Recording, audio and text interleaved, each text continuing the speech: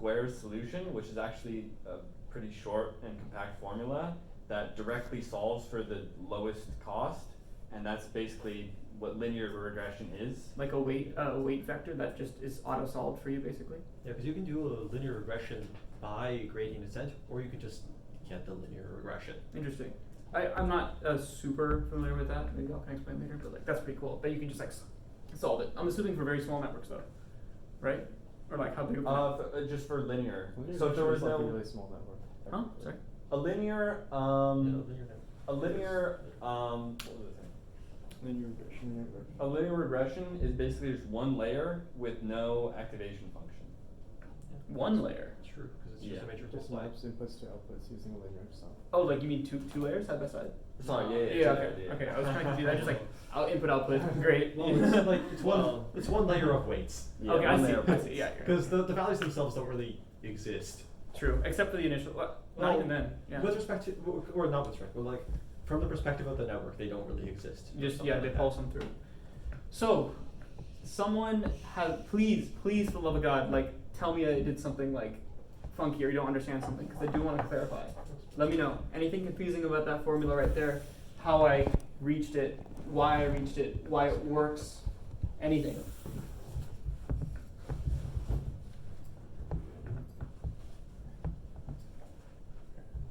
So we're all good on that? Okay, I'm actually very happy to hear that. You guys seem to be studying it very intensely. Just anything seems a bit off.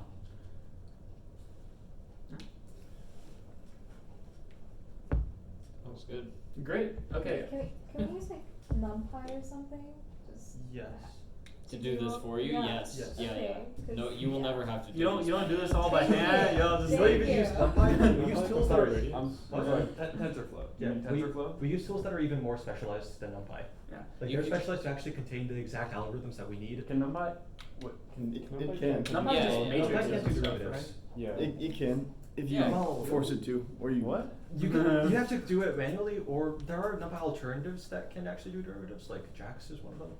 But Yeah, I've In seen neural general- networks No, implemented. you know what I always found interesting about this though? yeah, in Is general, that at the end of the day, if you keep a consistent activation function, a consistent cost function, you just need like this formula right here, which could even be simplified more.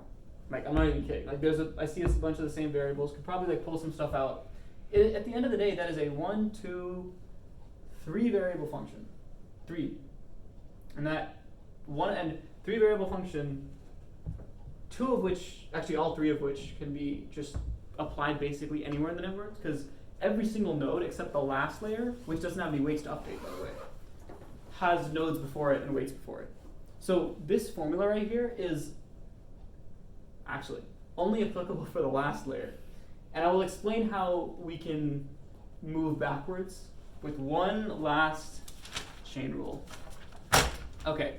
So notice that, and I swear this is the last thing I'm going to cover. Notice how that once we move one layer back, we don't have a nice cost function anymore.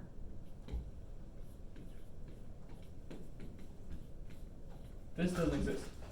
You can't make that comparison because we're not on the last layer anymore. But once we move back, by the way, once we move back, you can kind of stop considering that space that I was talking about before, and start considering this space. Does that make sense what I mean by the space? Once we move back one, we kind of leave everything we've already propagated kind of in the dust. But it will help us for one last thing, and that is finding one component of our partial derivative for the next piece, which is if I'm going to, say I want to calculate this.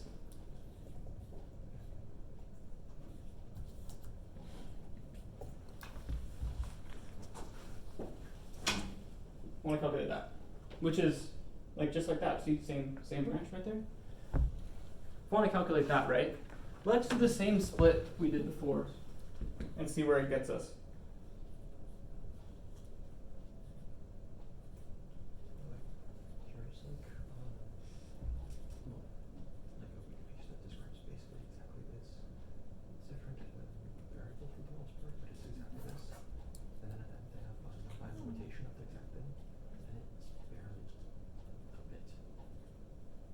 Lupus?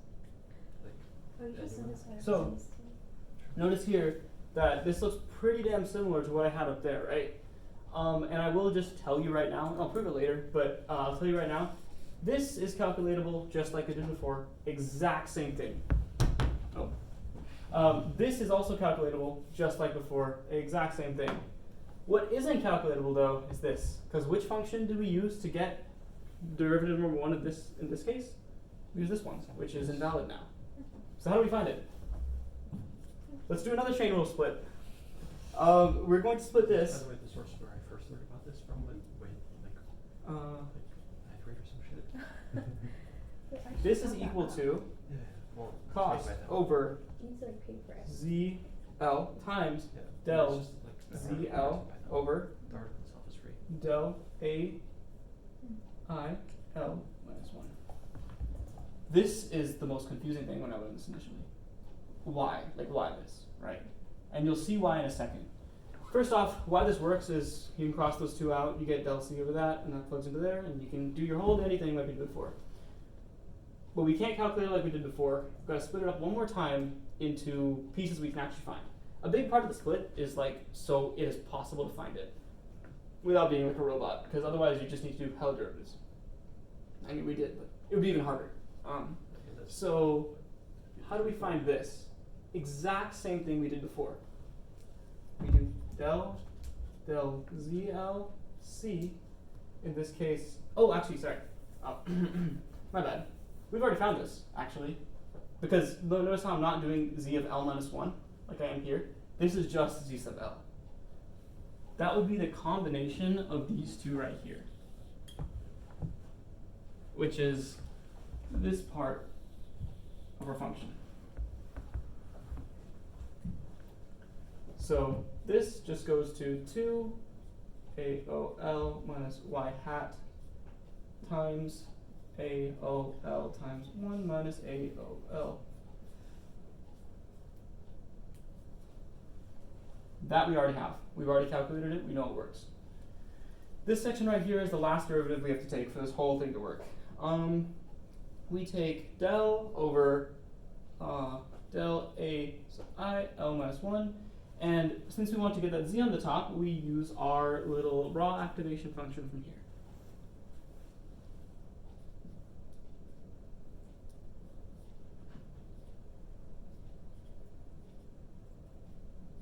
Of, and then now if I rewrite this, A I plus 1 times W I L plus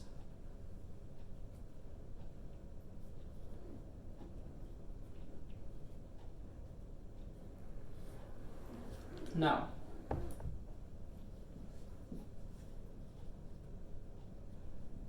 can someone calculate this partial for me?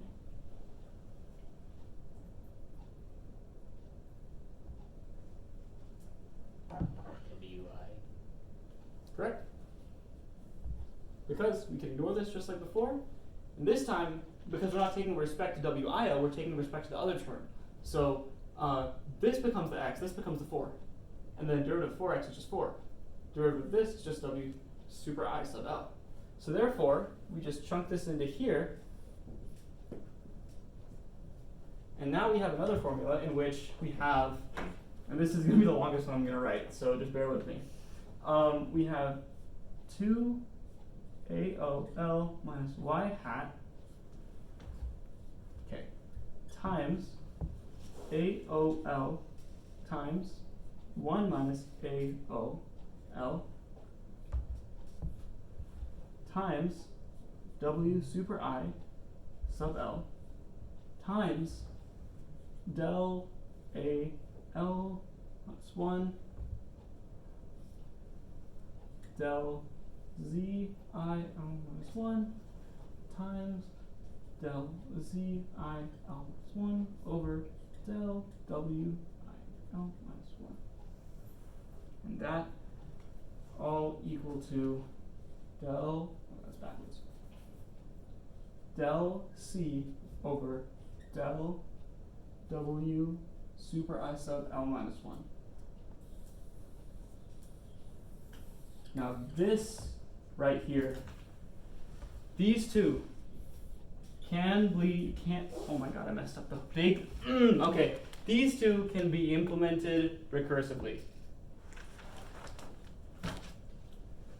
Apply this to the last layer, apply this to the second to last layer, shift your definitions of the indices when it comes to layers, rinse and repeat.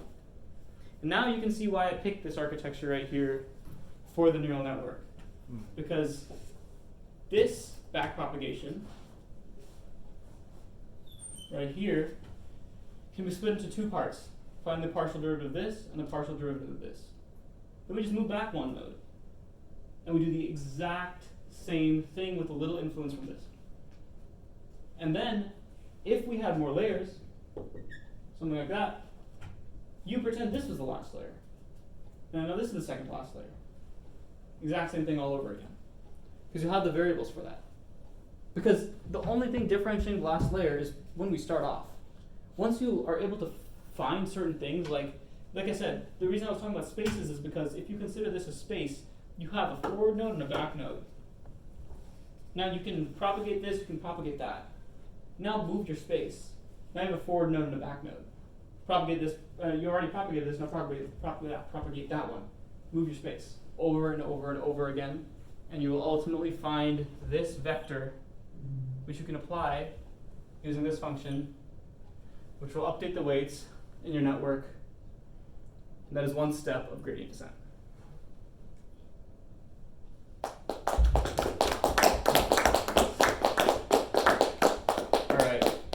When it comes to that last portion, any questions? And I do have some really cool stuff to say that I think will tie into what you guys presented with the lottery ticket theory and the other one that you said. And I'll talk about why I was so excited when you guys talked about those, because it just made a lot of sense knowing all this.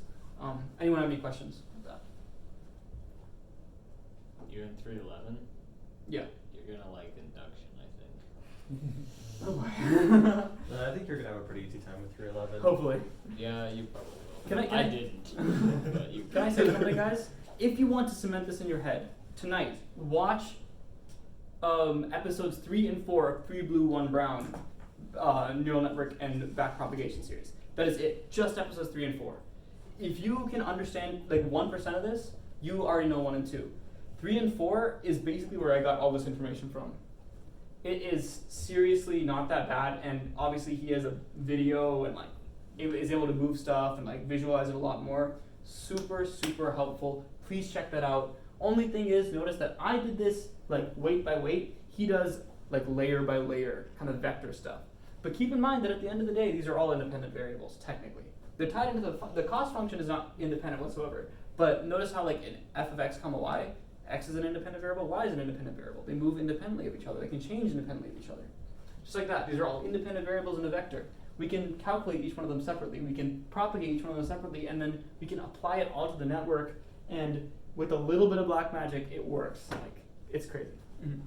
So the main thing I'm confused about is how, sorry, I wish I had like something fun, but like, we're here, right? Yep.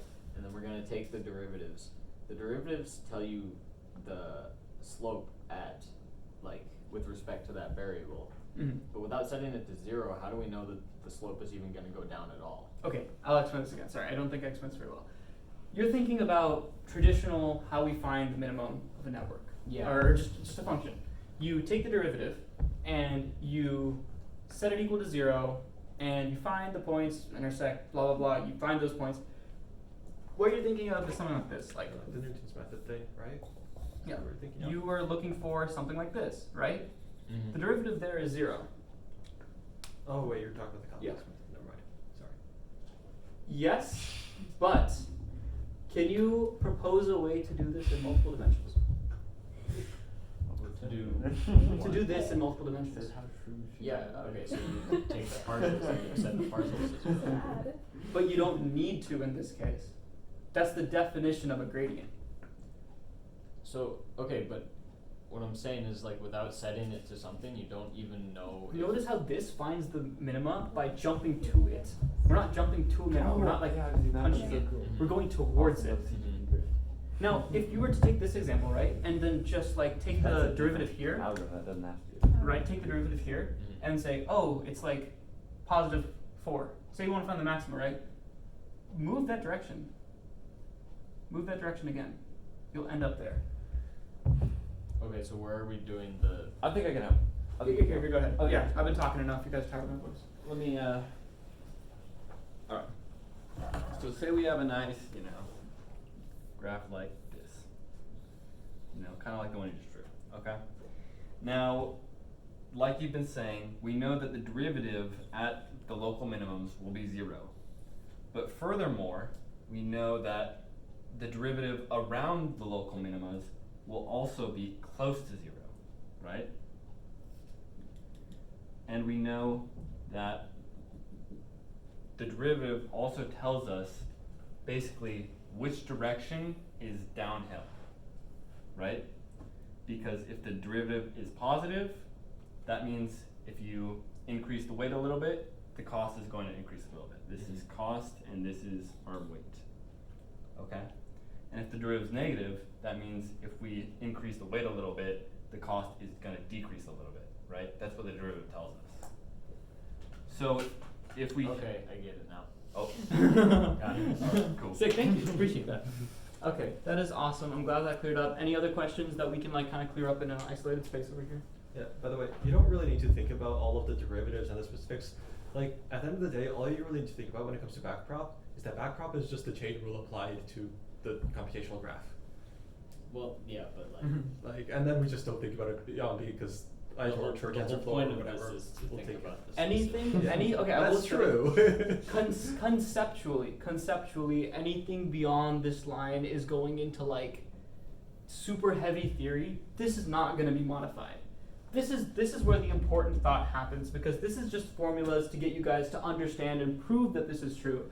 But the point I'm really trying to drive home here is the concept that like why I like just immediately believe the lottery ticket hypothesis and immediately believe that theory. I don't know what it's called. It's not lottery ticket, is it? Something else. The initialization. Yeah, Yeah, the that's why I initialization believe is them so what- easily, is because it makes sense to me, in the sense that when you initialize a network, you are somewhere on this super high dimensional plane. Like, just think of it as a super big hilly landscape, right? You are somewhere on there. This is an infinitely stretching landscape. If you initialize somewhere and you start training or rolling down the hill, you're gonna end up at some minima, right? And obviously just through backprop, because another thing to realize is this is a statically recursive process. There's no randomness in this. It's the same thing applied over and over again. If you start with the same weights, you're gonna end with the same weights. Every time. There's no randomness in this. The randomness is in the initialization. That's the only randomness ever in a neural network. So the reason the lottery ticket hypothesis just seems kind of intuitive is because if you start at a hill, the weights that will help you get to the bottom are going to be boosted. And they were kind of pre-fated to get boosted because they're the most important ones on that hill. Which is why if you remove all the other ones, you end up at the same minimum, because gravity pulls you down that hill no matter what. You can have a hill in 10,000 dimensions or like maybe 3,000. That's all you need to solve the problem to some degree of, I know you hate this word, accuracy, but essentially you are pre-fated to roll down that hill once you get placed in that high dimensional space. And which is why it's kind of interesting, a little bit of experimentation could be done with like very, very wildly varying initializations. I think it's almost kind of silly that we initialize with really bounded constraints. You're not going to get much variation in that. You're not going to get so much variation at all, like especially when it comes to like the activations being trapped between 0 and 1 and like the weights being trapped between -10 and +10. I'm not really sure if that's standard, but whatever it is. You're not going to get much variation at all. You're going to end up at the same minima with the same performance. Which is why it's interesting to me. Yeah. I don't know if this has been done, but it'd be fun to, well, this would take a fuck ton of computational power, but initialize a grid or just like a random set of like networks, train all of them, and just do some data science on analyzing the structure, like the various kinds of like structures that are formed with the trained networks. This has probably been explored somewhat. What do you mean the structures? Well, just I mean like every single network is going to backprop down to some local minimum, and there's going to be some patterns in the weights. Effectively rearranged, they're probably going to be fairly similar, but I see what you mean. Kind of like if you were to well, take. if you consider it, let's ignore networks and let's just do backprop. Mhm. If you take some kind of graph and you backprop every point on it, and you just do gradient, sorry, not backprop, I don't know why I said backprop. Gradient. If you just take every point there and gradient send it down, they'll all just go to a local minimum, and you'll get these points are part of this minimum, these If you points are stay part on of the this hill, hill. like if you're in this cup, you're gonna Yeah. end there. Is what you're trying to So say. like if some kind of equivalent could, it'd be interesting to explore something similar with neural networks of just like this sort of class of network initializations ends up with this behavior. Yeah, it's like an NP-hard problem of finding all the local minimums. Like Yeah. So why I was saying it takes a lot of compute is you would just initialize probably thousands of random networks. That's interesting. You know, I was That'd be gonna say, fun. like it would But- be cool to see like. Well, I think I think the difficulty there would be I'll comparing- interject here and say that usually you try to scale your inputs always to be normalized, which Yeah. usually means a mean of 0 and a variance Yes. of 1. And usually that's how you initialize your weights too. Otherwise, you can get kind of an exploding or vanishing gradient as you go back. Well, the vanishing gradient's a little different, but exploding gradient, yeah. It'd be interesting to see on a pruned network of some kind if you could take a bunch of networks, randomly initialize them with that method, like you said. Take the pruned networks, basically once some things just set themselves to 0 or like go pretty, or not set themselves to 0, sorry. You can calculate which ones are actually important to the cost and prune everything else, and then almost like do a little like flipping on those networks to see are they really the same, like or are they Yeah, like. I mean, just messing around with the data a little more and like actually doing the experiments again. Like what you could probably find is as long as the pruned networks are similar in architecture in sense of like nodes per layer, Well- you could probably take the average of the weights and it should be around the same. So another interpretation of like what the, mind if I just like talk for a little while, because like this is something I thought of that I didn't mention earlier, or I didn't think of this, but like this is, yeah. Anyway, one way to think about like what the pruned networks actually are is, okay, so we take all the weights, some of them end up being set to 0. So what that does in the space of the loss landscape is it sets certain parameters to 0. So it just snaps it to the axes. So if some weight doesn't matter, then snapping it to 0, just aligning it to the axes, ends up leaving it kind of like sort of in the same level of irrelevancy. But Because at the same time, we just assume that 0? in the eventual like final like target solution, or in the eventual like local minimum, that if a weight started high, it's probably not going to cross 0 and turn low. And if it started low, it's probably not going to cross 0 and turn high. Just generally, weights won't take that kind of path. They'll generally like. That's what it does. It finds the closest local minimum to its initialization point. So just snapping the irrelevant ones to 0 ends up kind of being exactly what we want. It would kind of be interesting if in training you set a range close to 0, and if weight starts going into that range, you snap it to 0, like a self-pruning I kind don't of know if network. that would make sense because Like if a weight's on its way to being irrelevant, you just force it to be Well, irrelevant. that's what source coding is, basically. Really? You take activations which are too much energy and you remove them. Too And much. you of it? only use the fewest set of activations that. yeah, because and you energy represent is data. like. You'd have to re-explain it. I missed that day where you were Oh. explaining that stuff. Because if I'm not mistaken, energy is like sort of like. So in Yeah, a real actually, neuron, you have okay. like in every single activation in a real neuron costs calories. Yeah. You know, so you want to use the fewest number of calories as possible, and so in source coding you kind of try to find the fewest number of features that will accurately represent the data, the window you're trying to represent as possible, and that gives you a sparse set of features. I will say one thing that's interesting to me is that when I initially heard backpropagation, I assumed that every single node in the network needed to know the state of every other single node in the network, and that's why it wasn't biologically possible. Technically, like I said with the space, these two nodes are the only ones that need to communicate. Makes me think, Is it possible to do backprop? So I showed a paper. I think I sent it to the Discord somewhere, but diffusion backprop or something along those lines, where like doing something along those lines is actually exactly biologically possible. People don't think it happens quite that way, but like something like that maybe. I'd like to put a counterpoint. So, Mhm. the reason I believe it's not biologically possible is because it requires a global variable, which is the output neuron has to be.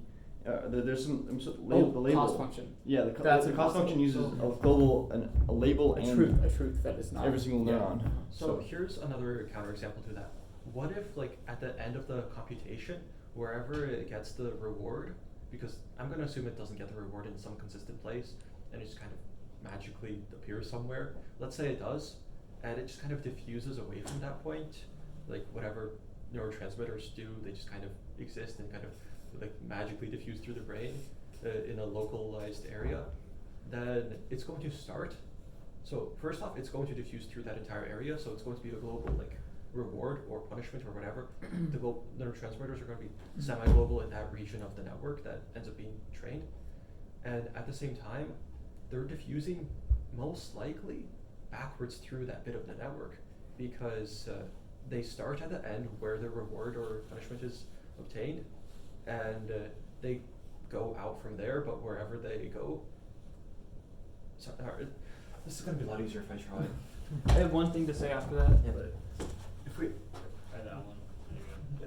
if we have like some network of like brain neurons, and they're all like connected, they do all their stuff, and Great. That's the brain right there. Cute little nerds. so let's say like this one activates, sends signals to these activate, send signals to that sends something here, this activates, ends up here, and then here this is like, oh yeah, very nice. So this would so this is probably not how it happens. This is probably not remotely how it happens. She would probably tell me Okay, this. what is that very nice thing? I'm just saying. Oh. Up arrow. So I'm just saying, like, let's say something triggers neurotransmitters to like be Release. emitted, to be released. Like it's some kind of response that, like, oh yeah, good things are happening. That's a very nice So arrow. in your picture, maybe like. So In your picture, maybe the very nice neuron. that would be is low. maybe a neuron in like the reward center of. Yeah. So I'm saying it reaches the reward center of the brain somewhere, and I'm making shit up. Don't Yeah. act like It reaches some reward pathway that causes a reward to be released. It causes reward-related neurotransmitters to be released, and they end up kind of diffusing outward. But notice that like the computation started somewhere and ended at the place where the reward was released. If the reward's being diffused, it'll more or less like follow. Like it'll reach this first, then this, then this, then this, then this, then this, then this. If it's just diffusing Well, outward. wouldn't it go to like all the other neurons connected to that neuron too? Well, yeah, but More. but if they didn't activate, maybe there's some I mechanism would- that I'd prevents argue them from something like actually that. training. Let's say it only trains the ones that did activate just because of how it ends up working. Like that's the only ones that are affected. But I mean, you can start like So the reward can start, anywhere, or like it's not Yeah, a reward, let's but, say like, it the can process start can anywhere. start anywhere. like I don't know if it, but isn't that kind of not an issue? I think the problem. Well, is what this is just- demonstrating. So I'm not saying this is how it works, but what I'm saying is that for sure you could have a mechanism that has semi-global or global in the sense of like an area of like a network activating, where like if there's a reward diffusing somewhere, it'll be kind of in the entire area, and it diffuses kind of backwards. Like physically things diffuse. If something happens at the end, it'll get you to the start at the end of the diffusion. So like it could be argued that some sort of backprop-ish thing where some sort of backwards diffusion is happening isn't necessarily biologically like implausible, even if it's not actually how it happens. I have something to add on to that, and a counterpoint to you. Notice how the one thing that technically makes this like 100% without a doubt biologically implausible is this right here, that Y hat. We are on the global truth. But notice how the Y hat is always paired with the last activation. We can almost write that as one variable. And that one variable can be just considered, how good did we do? Yeah. And The now- lower it is, like, the better we did.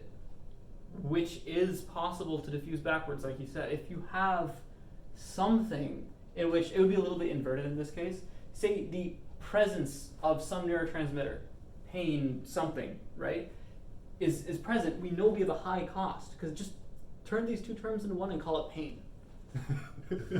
like turn those two terms into one and call it pain. You don't need any kind of global truth anymore. You just have, here's a neurotransmitter that we don't want in our system.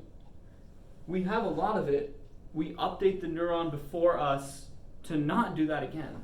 Yeah, I mean, we don't even use global truth in reinforcement learning. Like, reinforcement learning is just this all, except replace cost with Yeah. reward. Yeah, Like, so reward you when you do That's, something. it's good. kind of The interesting loss can be whatever you like. to think. Yeah, because it's, instead of thinking like, here's a global truth but what you're comparing at, we're just gonna have like mesh those into one variable in which the presence of it causes the weight to drop or increase to not cause that neurotransmitter to be shared again. Just a thought I had, not making any claims about it. And also notice how in here, going backwards, like for the next network onwards, this is not necessary because you shift your space and you'll be operating in pure neuron space and no longer with the need of the cost function. Just something I wanted to put out there. No truth to it, just something to chew on. Maybe we could make some kind of compelling argument, tie that in with something else to show that you can have some kind of supervised learning in the brain. The supervision isn't a core example, it is rather just a certain presence or non-presence of something that drives Yeah.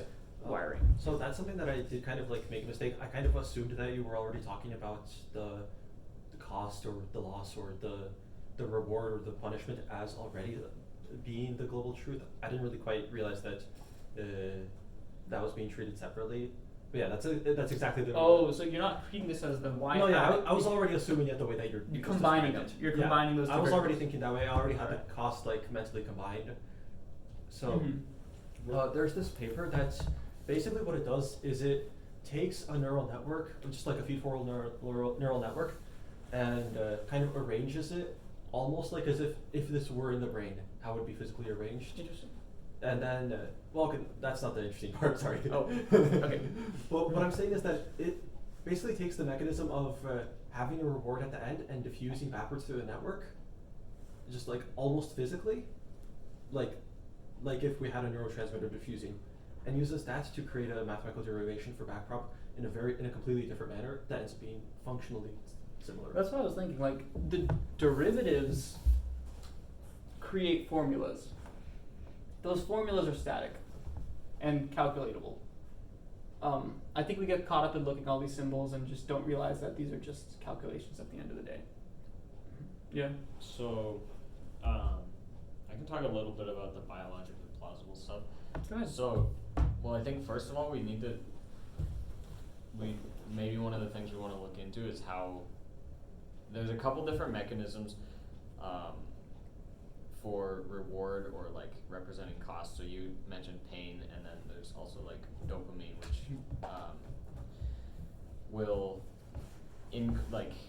There's like hundreds of neurotransmitters. well, yeah. So what Hebbian learning says is that like if the neurons fire together, they wire together. Okay, there's that. That's one mechanism of like reinforcing connection. That's not strictly a mechanism. That's just like something that's noticed, right? No. What? What do you mean something? Like, is that enough for like an actual mechanism for how to train something? It is a mechanism that our brain uses. Whether Okay. there's a lot of other ones. That's what so that's one Okay, of them. yeah. Neurotransmitters that strengthen or weaken connections are another. And then, Varun, you mentioned this book, and it kind of consumed a lot of my spring break. No way you're farther in it than me. Oh, we got it. Yeah. Yeah. What'd you think about it? I think it's really good. So I'll explain. The part of it, I finished like the neuroscience bit of it. One other possible way of doing sort of backprop, not backprop. It's never actually backprop, but whatever. Is so neurons have like they have the dendrite, and it has like 1 million connections in the axon, and then this is like the synapse, and then there's like another one.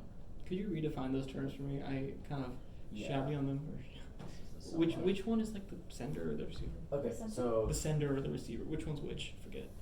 So you receive at the dendrites, that squiggly thing at the bottom, and then there's like the terminal, which is, drew in a triangle. And the action potentials, which are basically the spikes, are sent through the axon, the long looking Okay. line. Uh-huh. And that can extend to like 6 feet, like it's very long, Mhm. from your brain to your toe, so. well, in the like nerves that go like Yeah, exactly. But in your brain they're probably not that long.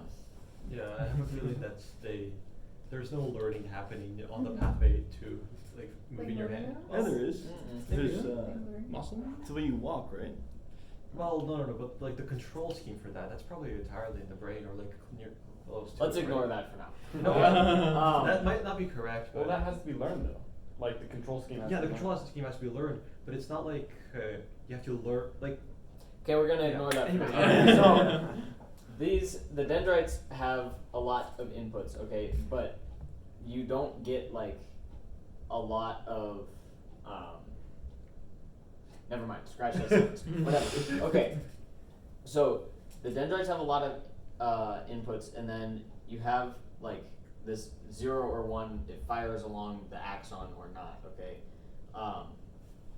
So one of the things that happens is what ends up happening is like only the neurons that are really close to, so there's like a million You different mean little dendrites? terminals. Right. Or yeah, Yeah. like only the neurons that connect to the dendritic branches very close to the cell body end up generally causing like the 1 or the 0, like the firing of along the axon, the action potential. There's a lot of words, I forget them. So one of the things that we know happens is like your brain is making, this is predictive coding, your brain is making predictions before you've actually received input, so it would like fill in gaps. So one of the possible ways it can do that is like these dendrites have their own like activation functions, and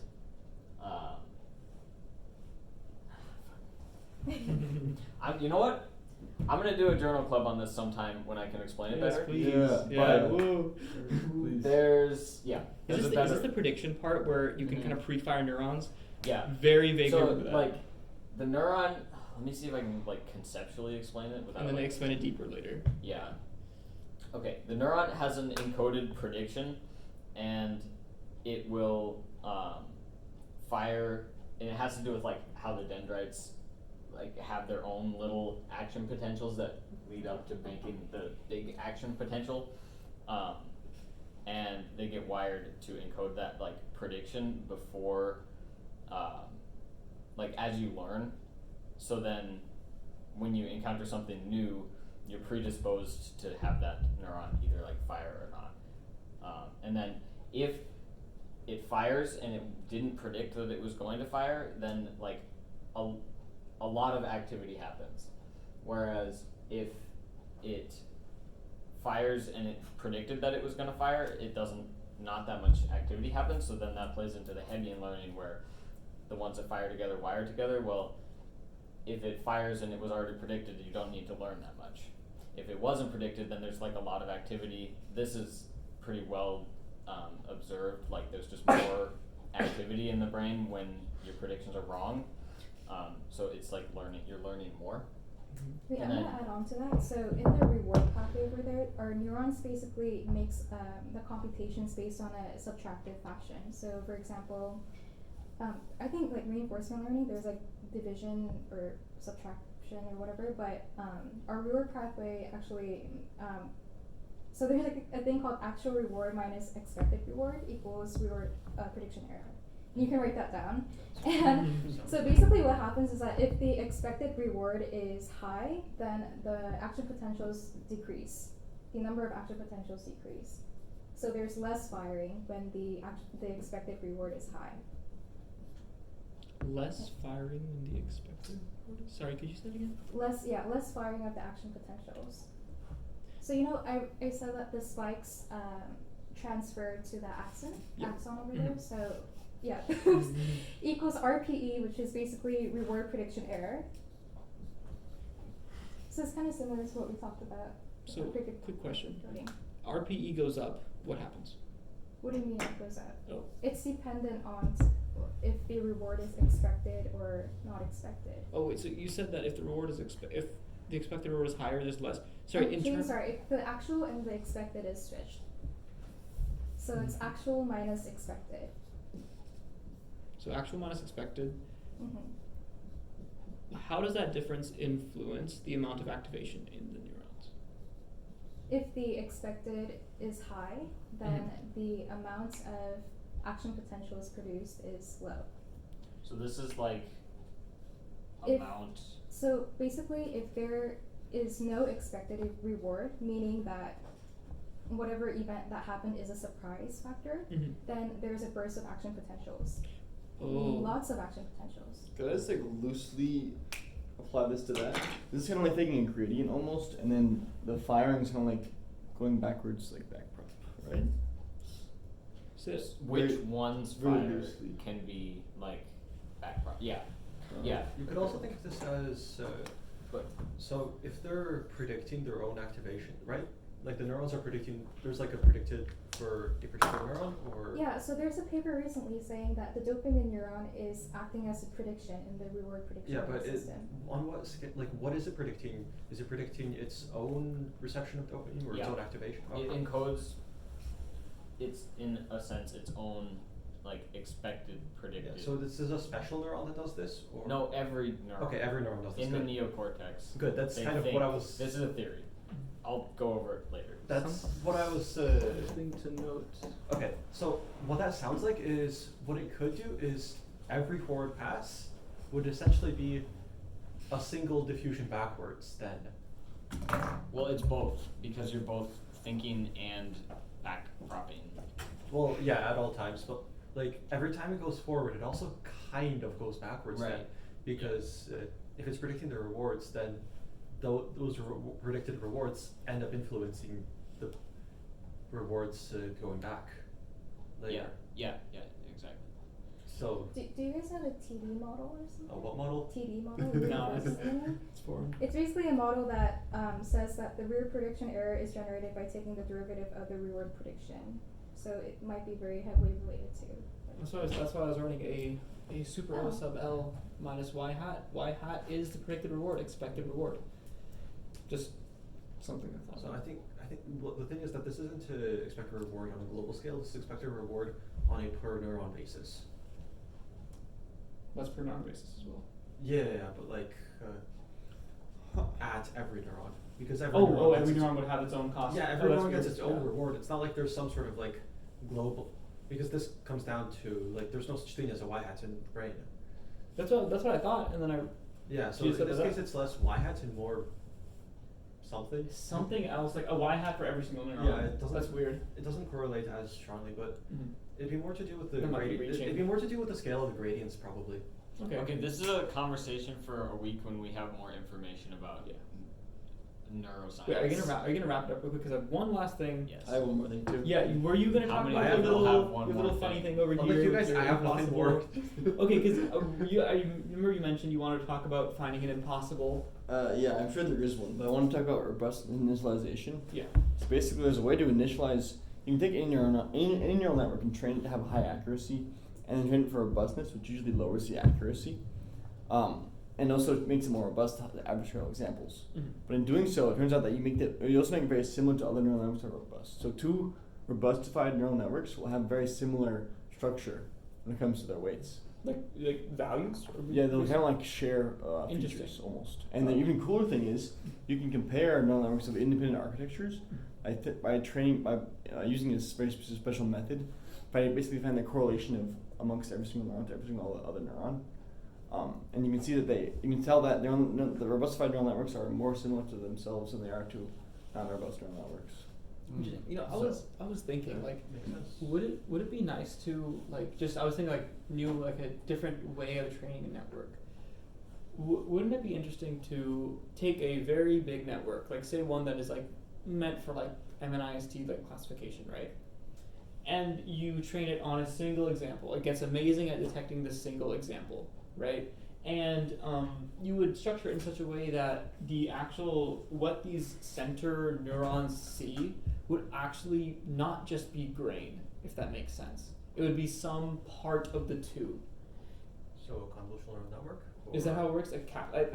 I know about capsule networks a little bit. Like a convolutional one, and that's it's like it actually captures some feature of the data instead of just random noise. Because like I think the reason that adversarial examples can be generated is because these networks aren't like, for example, putting a sticky note on a stop sign, right? There's no way that like a human would see sticky note TOP and then like run through it. Well, so that's Well, we actually don't called. really know that even though. Like, it's the only reason that we think that it's not true is because there's no way to procedurally generate one. But there's no reason to think that we can't proceed it. There is no. Maybe step away from humans for a second. You said like changing a couple pixels messes up the whole network. Yeah. So like maybe the reason that is because we're not training these networks to think like segmentally, that they're just seeing grain and like filtering this grain through multiple layers, and that somehow turns into a 2, or what it thinks is a 2. Maybe what it thinks is a 2 could easily be overlapped with a 2 with a dot in the corner. And that messes the whole thing up. But if we can somehow train a network heavily on one example and then somehow fuse it with other networks, for example, a small network that is trained to actually recognize facets of the 2, and fuse it with other networks that are trained to recognize separate facets of different numbers, meld it together, wouldn't you create a very robust What do you mean network? by fuse? Do you Like, mean average the weights? No, Across like them? somehow combine them. I don't know how. Okay. Somehow combine them. I guess you could just concatenate the major. Well, you could just do, you know how people do like random forest or whatever, where they just do like a million dumb That's true. networks. Look, and You could just have combine multiple into one. networks. Yeah. I don't know, but yeah, what I'm that's saying is true. like, You don't actually need to fuse them. You could just Yeah. use it them would together. be pretty hard too on Just do multiple that. training But examples and multiple That classes wouldn't to do what he's talking about. pick out factors.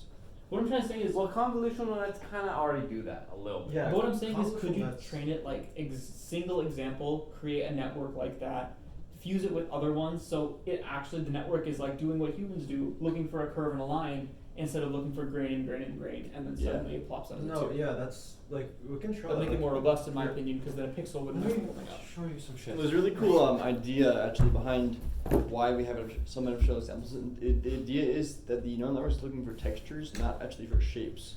Although people have also looked up made ways for like having multi-scale neural networks that have like large scale detection and small scale So detection, feature so curve texture network? and shape, and it Yeah. still gets tricked. Interesting. Not robust.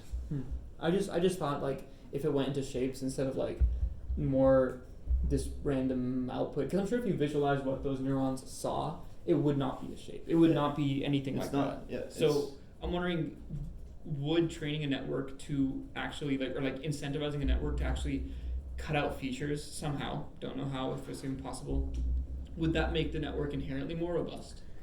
you Well, mean I think what incentivizes finding more general patterns is really just more and more broad data, you know? Because here's the reason I'm saying that is because if you take this and pulse it through a feed-forward network, doesn't it, like, I know there's a concept of autoencoders that kind of code the data within themselves. Like if you pulse a 2 through the network enough times and update the weights, you can generate a 2 from that same network.